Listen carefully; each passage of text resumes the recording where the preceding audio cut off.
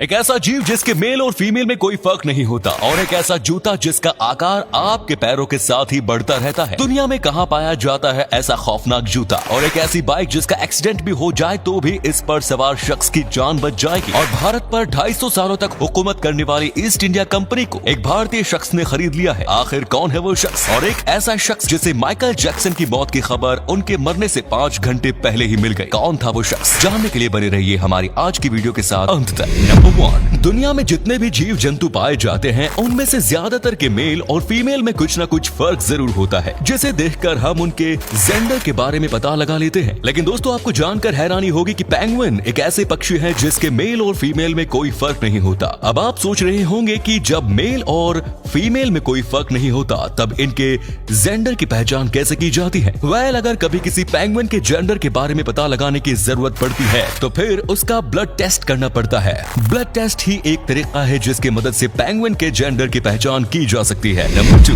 दोस्तों, जैसे जैसे हम बड़े होते हैं हमारे कपड़े और जूते चप्पल भी साल दर साल छोटे होते रहते हैं, जिस कारण हमें हर साल नए कपड़े और जूते चप्पल खरीदने पड़ते हैं। लेकिन अफ्रीका की एक महिला ने एक ऐसा जूते का आविष्कार किया जो कभी छोटा नहीं होता। इस महिला ने इस जूते को इस तरह से तैयार किया है कि इसे अपने ओरिजिनल साइज से 5 साइज ज्यादा तक बढ़ाया जा सकता है। मतलब एक बार जूते खरीदने पर कई सालों का काम चल सकता है। इस महिला का ये आविष्कार फुटवियर की दुनिया में क्रांतिकारी बदलाव ला सकता है। नंबर 3, दोस्तों, आप सबने रोबोट फिल्म में रजनीकांत के सैकड़ों रूप को एक साथ मिलकर अलग अलग रूप अख्तियार करके लड़ते हुए देखा होगा। आपको जानकर हैरानी होगी कि हमारी दुनिया में चींटियों की एक ऐसी प्रजाति पाई जाती है जो फिल्म के रजनीकांत की तरह ही एक साथ मिलकर अलग अलग रूप बनाती है। इन चींटियों के ऊपर जब भी कोई मुसीबत आती है ये सभी एक साथ मिलकर अलग अलग रूप बना लेते हैं और फिर ये सभी चींटी एक साथ मिलकर समस्याओं से लड़ती है। अगर हम इंसान भी ऐसे ही साथ मिलकर समस्याओं से लड़ना शुरू कर दे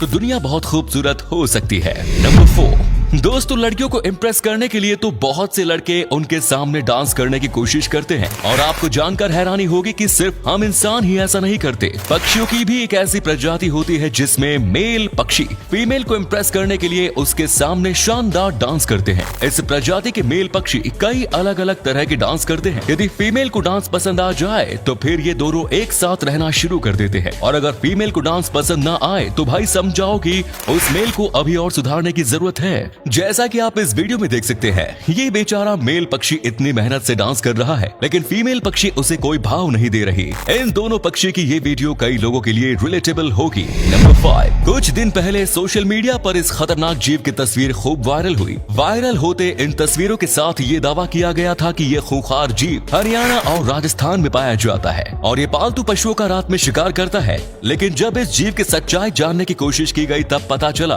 कि ये कोई रियल एनिमल है ही नहीं बल्कि ये एक खिलौना है जिसका निर्माण इटली की एक आर्टिस्ट ने किया। इस आर्टिस्ट का नाम लेरा मैगाउंको है और लेरा मैगाउंको ऐसे ही अलग अलग खौफनाक सिलिकॉन स्कल्पचर बनाकर दुनिया में सनसनी फैलाती रहती है।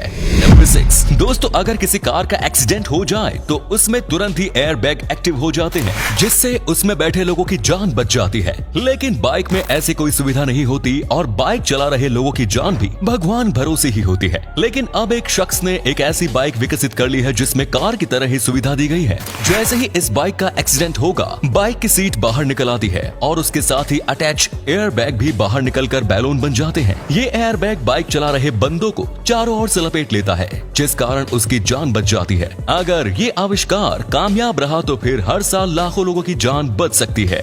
नंबर 7, दोस्तों, क्या आपने कभी सोचा है कि जब किसी इलाके में न्यूक्लियर डिजास्टर हो जाता है तब उस इलाके में फैले खतरनाक टॉक्सिक मटेरियल्स की सफाई कैसे होती है? आपको जानकर हैरानी होगी कि ये खतरनाक काम एक बेहद ही साधारण फूल के जरिए होता है। न्यूक्लियर डिजास्टर के बाद टॉक्सिक मटेरियल्स की सफाई के लिए सनफ्लावर यानी सूरजमुखी के फूल का उपयोग किया जाता है। ये फूल आसपास के इलाके के सारे जहरीली गैस और खतरनाक रेडिएशन को एब्जॉर्ब कर लेता है जिससे वो इलाका फिर से इंसानों के लिए सुरक्षित बन जाता है। सोवियत यूनियन में 1986 में हुए चेरनोबिल डिजास्टर और 2011 में हुए जापान फुकुशिमा डिजास्टर में इसी फूल का इस्तेमाल किया गया था। इस फूल का उपयोग ये साबित करता है कि नो मैटर इस दुनिया में हम इंसान कितना भी जहर क्यों ना फैला ले, अंत में हमें दुनिया को रहने लायक बनाने के लिए प्रकृति की ओर ही लौटना पड़ता है। नंबर 8, आर्मेनिया में रहने वाले एक भारतीय परिवार ने एक ऐसा काम किया है जिसकी वजह से पूरी दुनिया में उनकी तारीफ हो रही है। परवेज खान नाम की ये शख्स आर्मेनिया में इंडियन महक नाम से एक रेस्टोरेंट चलाते हैं। पिछले साल जब आर्मेनिया और अजरबैजान के बीच युद्ध हो रहा था, तब युद्ध क्षेत्र से अपनी जान बचाने के लिए शहर की ओर आए लोगों को परवेज खान ने मुफ्त में खाना खिलाया। सिर्फ इतना ही नहीं, उन्होंने बेघर हो चुके सभी लोगों के रहने का भी इंतजाम किया। परवेज खान ने अपने इस दरियादिली की वजह से पूरी दुनिया में भारत का नाम रोशन किया।